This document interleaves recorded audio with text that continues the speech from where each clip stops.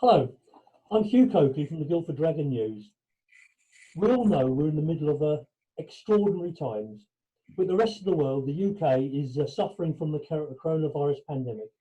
Shops are shut and businesses, if they can continue at all, are struggling to adjust to the new reality, the new normal of social distancing, face masks and queues at the shops. There are forecasts for up to 6 million people nationally becoming unemployed due to the virus. That's the national picture, but how is it playing out locally?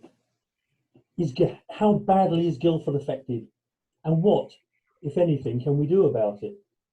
These are questions we'll be putting to our guests today. We are delighted to have Councillor Caroline Reeves, leader of Guildford Borough Council and the Lib Dem Group, Councillor Joss Bigmore, lead for Finance, Assets and Customer Service and leader of the R4GV Group, and Amanda Masters, CEO of Experience Guildford, the business improvement district. Thank you all for taking the time to talk to the Guildford Dragon News. Thank you. Can I start with you, Amanda?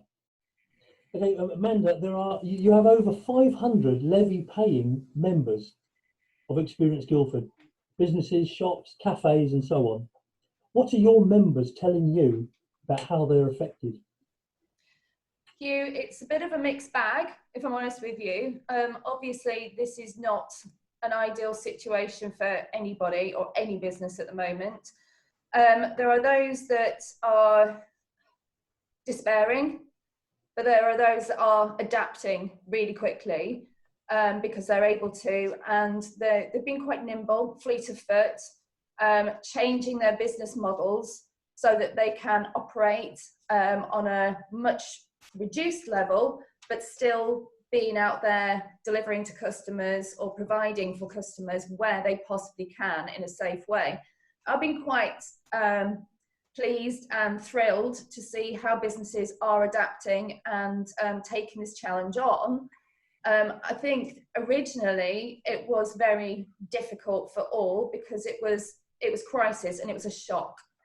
But then as time has gone on, they've learned how to evolve and adapt. A lot of them using using technology to do that as well, changing the way that their social media has worked or their online offering has worked.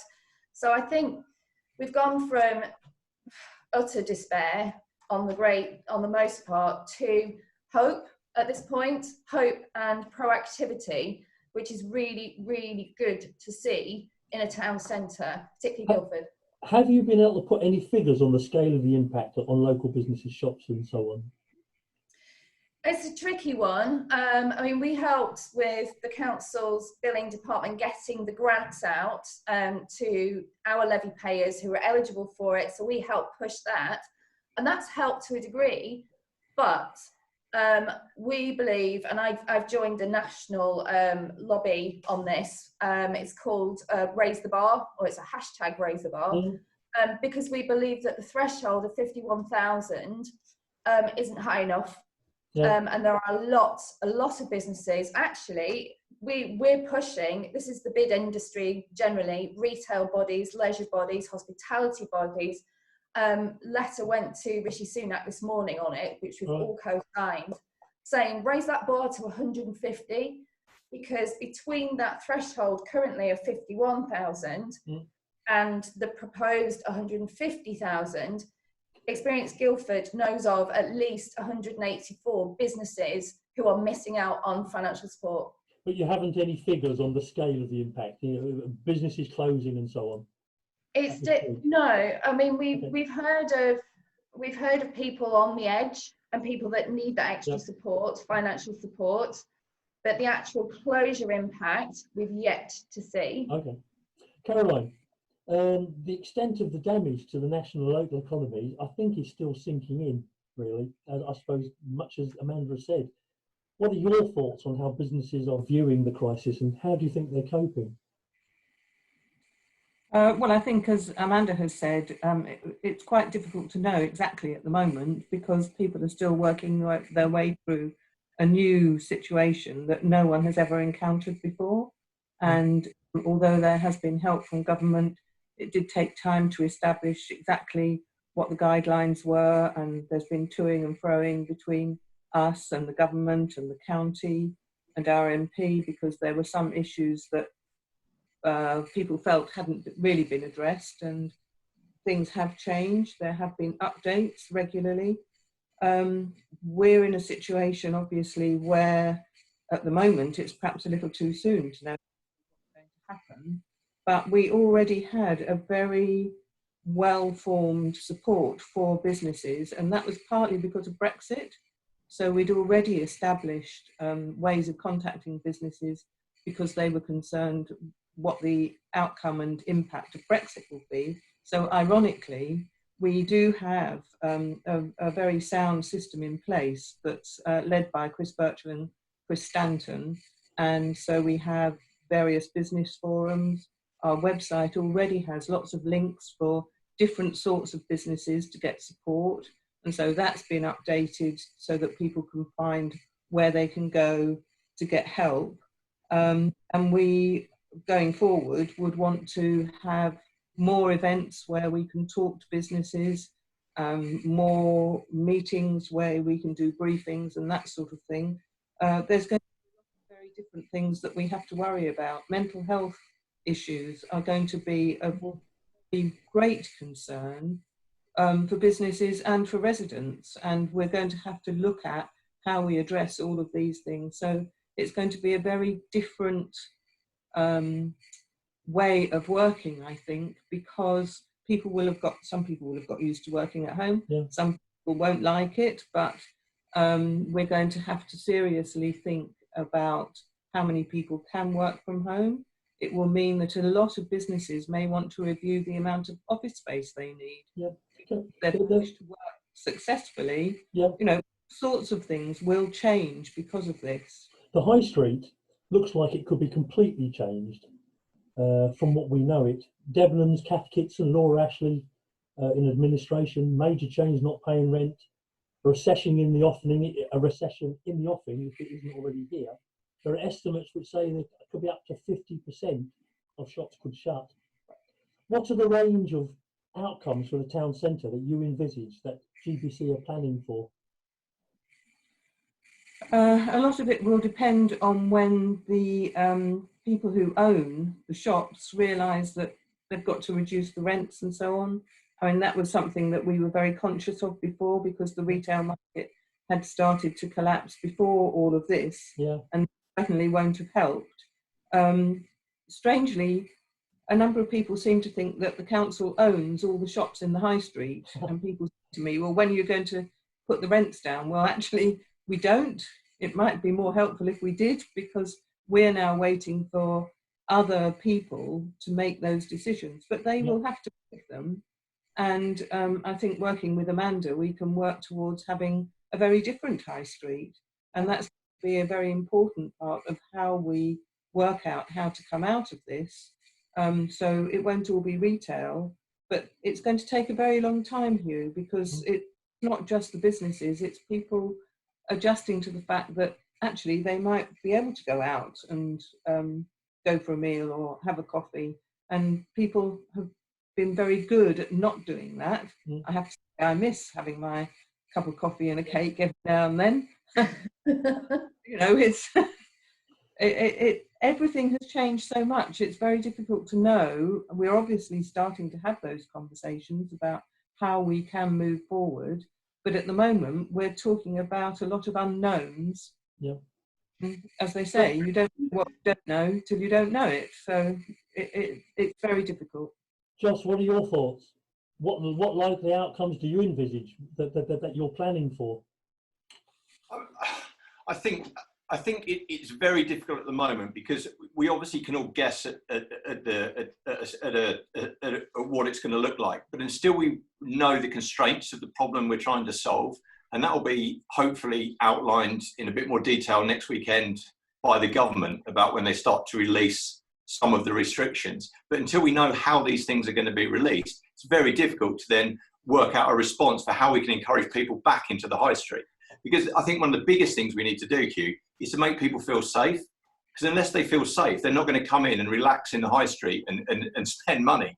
You know, there's a lot of, you know, scary statistics being bandied about, not always from the greatest of sources. But I think, there is a decent respected poll that said, 75% of the country are still really quite scared, even if the lockdown is lifted, to go out. Yeah. Well, it doesn't really matter what we do in the high street. If 75% of people were scared to leave their house, it doesn't really matter. So, I mean, this is this is going to be a big team solution. It has to be the shop owners, the landlords. It has to be the retail industry themselves. It has to be the council, it has to be the county council, government, and then it has to be the people. The people have to come and support the high street and feel safe to support the high street. If they don't, then it doesn't really matter what we do, because So I think it's very difficult at the moment when we don't know what the constraints are to the solutions that we can put, because we all know that in order for the council to work properly, for the high street to work properly, we need people enjoying the experience of being in the high street, and we're a long way away from that at the moment. I mean, the usual things like the Castle Gardens are outstanding at the moment, but they're not. People aren't using them and then going and buying a coffee, sitting down. It's just not happening. So all of the usual things we can kind of do are just redundant. So I think it's a bit premature to be thinking about what we can actually do. But what we need to be doing now is sitting down with Amanda, with some key key stakeholders in the high streets and in the other businesses as well. It's not just the high street. The people on the research part, some of the tech startups, and just saying, look, what can we do to help, given a range of outcomes? Because at the moment, there's too many unknowns to go and invest a lot of time and money in a solution that may not be viable. Caroline, you said in a recent press release, you said, I have great confidence that we, Guildford Borough Council, will lead the local community in its economic and social recovery. How do you see GBC leading businesses? Could you give us some examples of what you meant, of what you're thinking? Well, partly what I've already said. We have an established way of contacting businesses. We have very good relationships. As leader, I visited a lot of the businesses that have opened up in the last year. We need to carry on those conversations. We need to ask the businesses what help they would like, and in return hope that they can work with us. It's such a big change for so many people around the way that they will work, but a lot of this is going to be governed by how we actually go back to working lives, because a lot of people who've got children at home, until the children are at school, they won't be able to do anything other than work at home. There are so many different points at which things will change, and it's not going to be as from Monday we're all going back to whatever normal was. Caroline, you said in the same press release, you said that life has changed for so many of us, as you said again. I really hope we can keep the best of what has transpired over these past few weeks, and no doubt months, and use it to create a new and better way of living. Briefly, what do you think is the best that has transpired that you want to think? I think the community work has been amazing. The volunteer work that has gone on across the whole of the borough, with it's just a small group of local residents who in one road are helping each other out, to larger Facebook groups. I mean, that really has been amazing, the level of commitment that people have shown to help other people. And I think it would be wonderful if that could continue, because it's a very positive thing. And as I say, this is going to go on for some time, and it's not going to be a question of suddenly turning everything off. It would be wonderful if that could carry on. And I really enjoyed the fact that I can walk around in the town. There's no traffic, the air quality is wonderful. Yeah. Everything seems much cleaner and brighter. We've been lucky because most of the weather has been fantastic, which helps an awful lot. But those sorts of things that people just have enjoyed in a strange way in this weird situation. Yeah, Joss, parking is down, and that's roughly a third of GBC income. Rents on commercial properties will presumably be forced down as well. In broad figures, how is the council's income affected in percentage terms going forward? Well, I mean, you've just said it. In our worst case estimate, it's about 30% for next year. So So, getting on for £15 million. I mean, it's again, it's quite difficult to forecast these things. Yeah. At the moment, we are deferring some rent. In the expectation that given a rent deferral, that we'll still get the amount of rent over the lease time. So we're giving some tenants breathing space, but hoping to still retain because ultimately, we're not a predatory landlord. The rental income we get pays for the services that everyone relies on. So, yes, it would be great if we could give everyone rent holidays, but there's a consequence in the services that we then provide. So we're trying to be very accommodating to our tenants because, let's face it, at the moment, a lot of businesses are going into effectively hibernation. Now, with the best will in the world, you hope that everyone wakes up after hibernation and then they can get back and they're fine. But invariably, there will be some things that don't wake up. Now, we're all cognizant of that, and we're trying to minimise that by trying to get the government schemes out to the businesses as quickly as possible, and also with the things that we can do to also help them. But let's to be clear, we are a local business just like everything else. We have car park, we have rental income. We own some leisure facilities, and all of the revenues from those are going, like, car parks are zero. They have been for a month, they will be for another month probably, and then gradually scale back up. That's a significant hit to our income. Now, fortunately, we have reserves, but this will effectively wipe out all of our reserves. So, if it goes on much longer for a year, and if we have a long recession, then there will be implication for service provision in the future, unless we get more support from government. At the moment, we've received just over £1.5 million from government, which would just about pay for the costs that we've incurred. So the extra costs, housing the homeless, some of the food parcels we've been delivering. Are you hopeful you're going to get that money back from the government? No, not at all. I think that the money we've got to cover our extra costs is what we've got. I think when they start funding revenue loss, I think that's difficult. And having chatted to civil servants and to MPs so far, there's a lot of hopeful talk, but I haven't really seen a lot of action. I mean, the government. This is an enormous problem. Money doesn't grow on trees. It has to come from somewhere. We are fortunate that we have a bit of breathing space in Guildford, but this is there's just we have to find a place from somewhere. Pardon? That sounds like cuts to the services.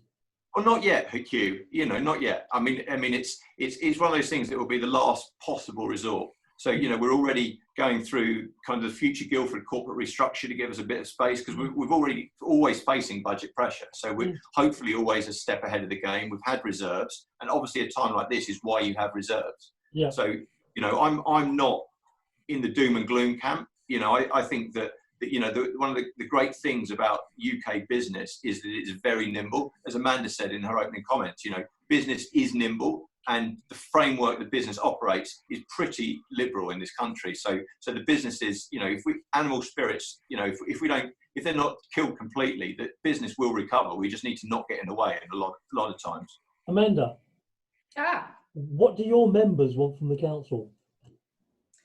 What they want from the council, I think the one from the council is the support that they've always looked for and on the whole received.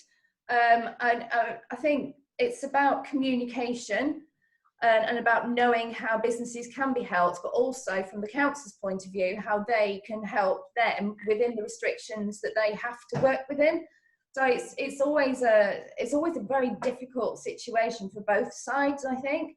But I think Caroline hit the nail on the head with it needs to be the communication, and the communication between ourselves and other groups and the council, various departments of the council, over the last 6-7 weeks has been outstanding.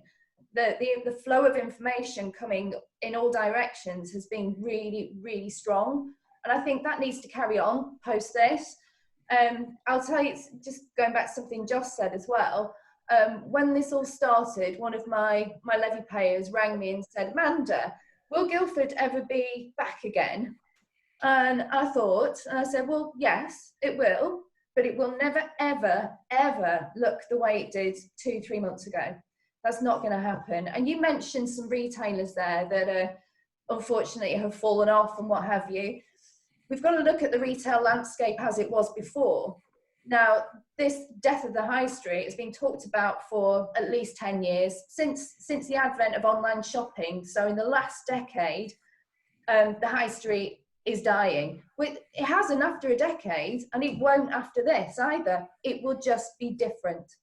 And that's going to need some relaxation in planning policies for change of use. So if you think about what our independents do and how popular they are, it's because our Guildfordians are fiercely loyal to them, and it's because they actually supply something that they want. So that the high street has to evolve in a way, and it will, in a way where it's supplying demand for the local economy and the local shopper, and it will happen. But we just need to be bold now and say, right, how can we make this happen quicker? Last question to you all. What do each of you think to be the one most important thing we need to do once the lockdown has been lifted? Caroline. Keep talking to everybody, whether it's business, residents, just keep those communications open and listen. There's no point talking to people you don't listen to. Amanda. I agree with Caroline, definitely. It has to be reassurance for the public, that it's safe and it's still as welcoming and they'll still have a lovely experience. Obviously, I'm talking about the town centre, but it is that reassurance and support for our businesses. Joss? I think as things get back to normality, I think one of the things that is going to change is that there's going to be a lot more people looking for things to do in England rather than travelling. I think one of the big things will be people, not air travel every weekend. So I think we need to start marketing Guildford nationally as somewhere to come for a long weekend. I mean, we have a lot to offer. Obviously, the countryside. We have a growing kind of wine area. There's lots of things where I think we could really try and get some visitors here and increase some footfall in the town. And I think that's something we could probably be a bit proactive about in a campaign, because it's pretty easy to get to Guildford, and there's an enormous amount to do. And I think we need to start attracting some visitors from outside as well as those from in the borough. So that's something for probably slightly longer term. Caroline, Joss, Amanda, thank you ever so much for talking to the Guildford Dragon News. Thank you. Thank you. Thank you.